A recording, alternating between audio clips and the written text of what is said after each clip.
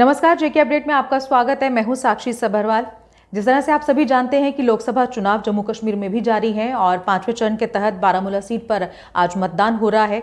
लेकिन बारामूला सीट की अगर हम बात करें तो ये इस समय एक त्रिकोणीय मुकाबला है, बेहद दिलचस्प माना जा रहा है। लेकिन इस सीट पर और क्या कुछ खास है, किस तरह से इस सीट को देखा जा रहा है और अभी तक जो मतदान हुआ है उसको किस नज़रिए से देखा जाए, इसके अलावा और बहुत सारे ऐसे सवाल हैं जिनके बारे में जानना शायद जहां तक मुझे मैं इच्छुक हूं, वैसे आप भी होंगे।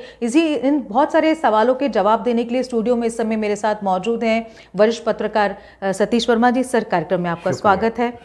सर, मैं जिस तरह से अभी बात कर रही थी कि लोकसभा चुनावों का जो 5वें चरण के तहत जो चुनाव हैं वो जारी हैं, बारामूला सीट पर आज हो रहे हैं। बारामूला सीट की अगर बात करें, जो आज हमने देखा, आज जो वोटर्स का रुझान था और अभी तक जो वोटर टर्नआउट है वो कहीं ना कहीं चौंकाने वाला लग रहा है। इससे पहले अगर मैं थोड़ा सा आपको बताऊं कि श्रीनगर सीट पर जब चुनाव हुए थे तो वो भी चौंकाने वाले थे, और अब अगर हम बारामूला सीट की बात करें, जो अभी रुझान हम देख रहे हैं वो भी चौंकाने वाले हैं। इस पर आप इस पूरे को जो चीज़ है, जो टर्नआउट देख रहा है, उसको किस नज़रिए से देखते हैं? देखिए, पहली बात तो यह है कि ये एक मुबारक की बात है कि हमारे लोकतंत्र के इस पर्व में भागीदारी जो मतदाताओं की है। कश्मीर हमेशा इस बात को लेकर कथित तौर पर बदनाम रहा कि बहुत कम मतदान के बावजूद भी लोग सांसद बनते रहे हैं। बिल्कुल, ये पहली बार ऐसा हो रहा है कि सन 2024 के आम लोकसभा चुनाव में श्रीनगर का आपने हवाला दिया, बारामूला सीट पर हैरानगी की बात यह है, जो पिछले बार 2019 में जो टोटल टर्नआउट था 34 पॉइंट समथिंग, वो 1 बजे उसको क्रॉस कर गया। तो ये माना जाएगा कि ये लोकतंत्र की बहुत बड़ी जीत है।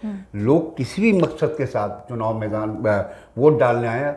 हर व्यक्ति के दिमाग में अपना एक मौक़िफ़ होता है, सोचता है कि मैं इसलिए वोट डाल रहा हूँ। कोई बेरोज़गारी के लिए डालता है, कोई महंगाई के लिए डालता है, कोई 370 और 35A के एप्लीकेशन के खिलाफ। हर आदमी का अपना अपना मौक़िफ़ है। तो उस नज़रिए से भी देखा जाए तो उत्साह भरा ये मतदान है, और शाम के हम समझे 5 बजे 6 बजे तक ये कहीं 50% क्रॉस ना कर जाए, ऐसी संभावना दिखाई देती है। ठीक है, जिससे मैं सर अभी बात कर रही थी कि अगर इस सीट की बात करें, बारामूला सीट जो है ये पहले जो है 2 दिग्गजों के बीच देखी जा रही थी, यानी कि सज्जाद लोन की बात करें और उमर अब्दुल्ला की बात करें। 2 उम्मीदवारों के बीच कड़ा मुकाबला देखा जा रहा था। लेकिन उसके बाद इंजीनियर रशीद की एंट्री के बाद ही जो पूरा समीकरण है इस सीट का वो बदलता दिख रहा था, क्योंकि इंजीनियर रशीद के आते ही ये एक त्रिकोणीय मुकाबला जो है उसमें बदल गया। इस पूरे मुकाबले को, यानी ट्रायंगुलर जो कंपटीशन अब बन गया है उम्मीदवारों के बीच, इसे आप किस नज़रिए से देखते हैं? देखिए, ये 3 जो प्रत्याशी मेन कंटेंडर, आपने खुद कहा कि त्रिकोणीय मुकाबला है। हर कैंडिडेट ने अपना एक अलग अलग अपना लोगों के आगे एजेंडा रखा है। बात करें पीडीपी या नेशनल कॉन्फ्रेंस की, वो 370 के एब्रोगेशन के खिलाफ बोल रहे हैं। और अगर सज्जाद लोन की बात करें, वो कहते हैं विकास ज़रूरी है। लेकिन वहीं जो तीसरा शख्स जो कूदा है, इंजीनियर शेख रशीद का बेटा अबरार अहमद, जिन्होंने चंद दिनों के भीतर बाजी कहते हैं पलट दी, माहौल ऐसा बना दिया यंगस्टर के अंदर। खास तौर से मैं देख रहा था कई वीडियोस जिसमें साउथ कश्मीर से चलकर नॉर्थ कश्मीर जा रहे हैं यंग लड़के। किस लिए जा रहे हैं? कैंपेनिंग के लिए। किसकी? इंजीनियर शेख रशीद जेल में बंद है। उनके बेटा कहना है कि मैं मेरे पिता को इसलिए चुनाव जिताओ कि जो कश्मीर के बच्चे या आदमी जो जेलों में बंद है, मुख्तलिफ जेलों में मुल्क की, उनकी रिहाई के लिए वोट है। कहने का मतलब है एजेंडा चारों पार्टियों ने अपना सेट किया है। और इंजीनियर रशीद की बात करें, 2019 के चुनाव में हालांकि नेशनल कॉन्फ्रेंस के मोहम्मद अकबर लोन 1,33,000 समथिंग से जीते थे। बिल्कुल। सेकंड पीपल्स कॉन्फ्रेंस का जो अपना सज्जाद लोन की पार्टी है, राजा एजाज अली, वो 1,02,000-3,000 वोट मिले थे, और इंजीनियर शेख रशीद को 1,01,000 मिला। यानी कि कंपैरिजन जो गैप रहा, आप देखिए कि मुश्किल से 30-32 हज़ार का रहा फर्क जो रहा इंजीनियर शेख रशीद का। और तब इसको इतना पॉपुलैरिटी भी नहीं थी और इतना प्रचार भी हमने देखा था।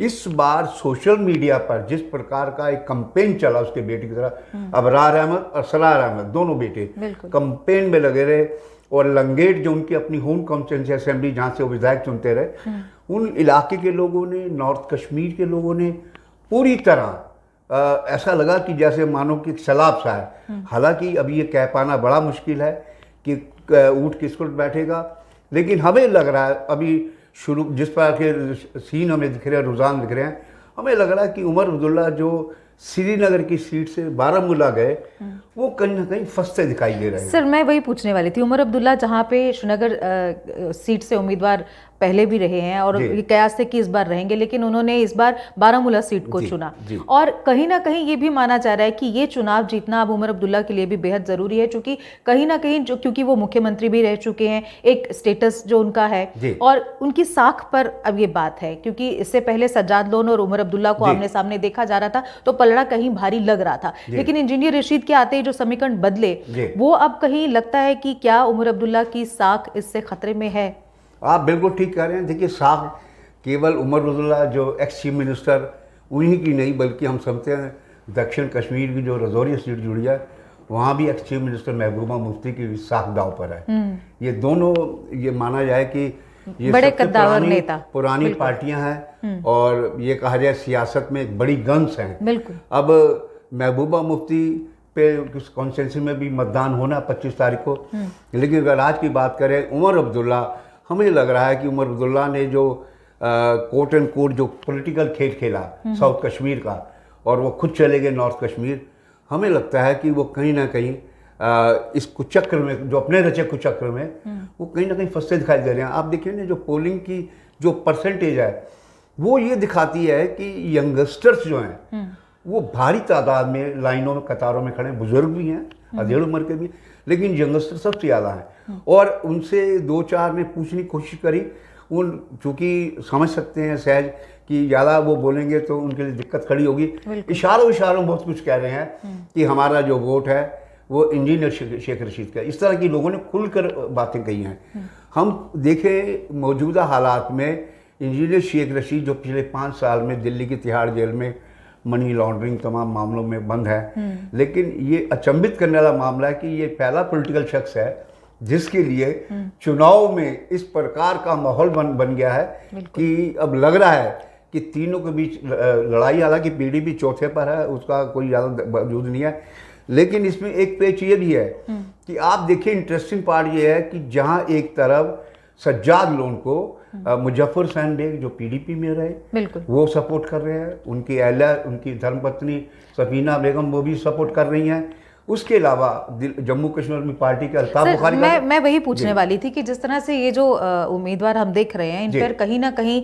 हर किसी का हाथ है। जैसे सज्जाद लोन की अगर हम बात करें तो अपनी पार्टी सपोर्ट कर रही है, वहीं पर इंजीनियर रशीद को गुलाम नबी आज़ाद की पार्टी यानी डीपीएपी सपोर्ट कर रही है। तो इस तरह का जो सपोर्ट सिस्टम जो नजर आ रहा है, इसे किस नजरिए से आप देख रहे हैं? देखिए, हैरत इस बात को सबसे बड़ी है कि गुलाम नबी आज़ाद के बारे में भी ये कहा जा रहा है लगातार कि वो दिल्ली के करीब है। हम ये तो नहीं कहेंगे कोट एंड कोट की बी टीम है, अब ये लोग जानते हैं, इसमें कोई छुपी बात नहीं है, लेकिन उनके द्वारा, उनकी पार्टी के द्वारा ये ऐलान किया जाना कि हम इंजीनियर शेख रशीद को सपोर्ट करेंगे, ये सबको हैरान में डालने बात थी कि उन्होंने सज्जाद लोन को सपोर्ट क्यों नहीं किया। उसके बाद में हम ये समझ सकते हैं कि जो पिछला सन 2004 में बीडीपी और इसकी पार्टी सरकार बनी थी बीजेपी की, राज्यसभा के चुनाव हुए तो आखिरी एक वोट की जो गुंजाइश रह गई थी वो शेख रशीद ने आज़ाद को दिया था, तभी आज़ाद राज्यसभा में पहुंच पाए थे।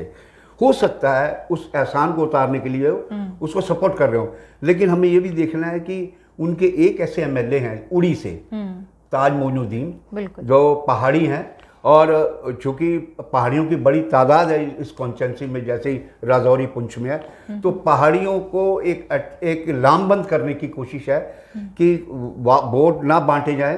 तो ताज मोइनुद्दीन जो कि एक्स वहाँ से एमएलए रहे हैं, मिनिस्टर रहे हैं, हो सकता है वो उनके लिए मददगार साबित हों इंजीनियर शेख रशीद के लिए। यदि वोट कन्वर्ट होते हैं तो नतीजे अप्रत्याशित हो सकते हैं। बिल्कुल।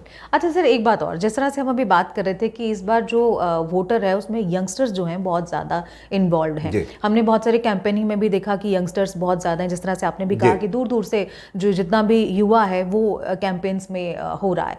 जिस तरह से हम युवाओं की अगर बात करें तो हम देख रहे हैं कि जब माता पिता किसी संकट में होते हैं ना तो बच्चे उनकी मदद के लिए उतर आते हैं, और ये एग्जाम्पल अब सिर्फ एग्जाम्पल नहीं है बल्कि अब ये ज़मीनी स्तर पर दिख रही है। हमने देखा कि महबूबा मुफ्ती की बेटी जो इल्तिजा मुफ्ती हैं वो अपनी माँ के लिए यानी अपनी पार्टी PDP के लिए पूरी तरह से कैंपेनिंग कर रही हैं, और जिस तरह से कैंपेनिंग है वो हम सब लोग देख रहे हैं। उसके अलावा इंजीनियर रशीद जिन्होंने ये पूरी बाजी पलटी बारामूला सीट पर, उनके बेटे जिस तरह से वो ज़मीनी स्तर पर उतर आए, उन्होंने कैंपेनिंग की और बहुत सारे युवाओं को उन्होंने अपने साथ जोड़ा। जो यंगस्टर्स इस वक्त उतरे हैं ज़मीन पर अपने माता पिता को कह लें कि संकट से निकालने के लिए, या युवाओं को ये मैसेज देने के लिए कि अब जो वक्त है वो युवाओं का वक्त है, आप इस पूरी चीज़ को किस तरह से देखते हैं कि यंगस्टर्स के लिए यंगस्टर्स का उतरना पॉलिटिकली किस हद तक ये जो है ये फ़ायदेमंद साबित हो सकता है? देखिए, सबसे पहले मैं इल्तिजा मुफ्ती की लाजमी बात करूँगा। अभी हाल हमने JK अपडेट ने दौरा किया पीर पंजाल्स के कई इलाकों का, राजौरी, मंडी, लॉरन, पुंछ, सुरनकोट, कई इलाकों का दौरा किया और हमने देखी वहाँ किस प्रकार इल्तिजा, हालांकि हम जब उनका इंटरव्यू कर रहे थे वो अस्वस्थ थी, लेकिन उनके अंदर जो एक ज़ील थी, बिल्कुल, जो एक उत्साह था अपनी माँ के लिए वोट मांगने का, और जो हाजिर जवाबी थी, कोई भी सवाल करो तुरंत जवाब आता था। तो हम समझते हैं कि ये एक नया एक संदेश है। हालांकि ये नहीं कि फारूक देखिए उनके डिफरेंस, उनके बारे में अलग आंकलन किया जा सकता है, लेकिन इल्तिजा मुफ्ती ने जिस प्रकार अपनी माँ के लिए वोट मांगे हैं, उसी प्रकार इंजीनियर शेख रशीद के दोनों बेटे असरार अहमद और अबरार अहमद, दोनों ने दिन रात एक किया। और ये एक मिसाल मैं समझता हूँ जम्मू कश्मीर की हिस्ट्री में ये एक इबारत लिखी जा रही है, एक नई मिसाल बनने जा रही है कि दो माता पिता के बच्चे जो हैं वो अपने माँ और बाप के लिए वोट मांग रहे हैं, लेकिन यह है कि दोनों का मौक़िफ़ अलग अलग है, दोनों का एक कहा जाए एजेंडा अलग है। वो चाहते हैं, अगर महबूबा की बात करें, महबूबा वो चाहती हैं कि जम्मू कश्मीर का जो पुराना एक वजूद था वो बहाल हो, बिल्कुल, और उधर इंजीनियर शेख रशीद के बेटे कह रहे हैं कि ये वोट जो है उन लोगों के लिए पड़ेगा जो कश्मीरी लोग देश के विभिन्न अदालतों, मुख्तलिफ जेलों में बंद हैं, उनकी रिहाई के लिए ये वोट दीजिए। तो मैं समझता हूँ कि दोनों की अपीलों में असर है, और ये जो अपील एक जो की है अबरार अहमद, असरार अहमद ने, वो कहीं ना कहीं युवाओं को छूती है, क्योंकि ये उन्होंने ये भी कहा, उन्होंने कहा कि ये कैसा अमन है, ये शमशान जैसा अमन है। मतलब उस दो लाइनों में बहुत गहरी बात कह रहे हैं। और ये सब जानते हैं कि जम्मू कश्मीर में पत्थरबाजी की बात हो या दूसरे मामले हो, उस आरोपों में, मनी लॉन्ड्रिंग में आरोपों में, हम आरोप कह रहे हैं, कोई प्रूफ नहीं हुए, वोट तय करेगी। तो उसमें बहुत से बड़ी तादाद में बच्चे, यंग, बूढ़े जेलों में बंद है, उनकी रिहाई कब होगी, लेकिन एक सिंबल बनने जा रहे हैं अपने पिता के नाम पर। चलिए, मतलब कुल मिलाकर हम ये कह सकते हैं कि बारामूला सीट के जो भी रिजल्ट आएंगे वो चौंकाने वाले ज़रूर रहेंगे। जी सर, आज इस कार्यक्रम में आप आए, आपने बारामूला सीट के बारे में बहुत सारी जानकारी दी, बहुत सारी ऐसी बातें थी जिन पर आपने टिप्पणी की। आगे भी हम इसी तरह से बने रहेंगे और फिर अनंतनाग सीट पर भी इसी तरह से चर्चा होगी और जानेंगे उसमें क्या खास रहेगा। फिलहाल आज की मुलाकात में बस इतना ही। सर, कार्यक्रम में आने के लिए आपका बहुत बहुत शुक्रिया। इसी के साथ मुझे भी दीजिए इजाज़त। नमस्कार। जम्मू कश्मीर की खबरों के लिए जुड़े रहिए JK अपडेट के साथ।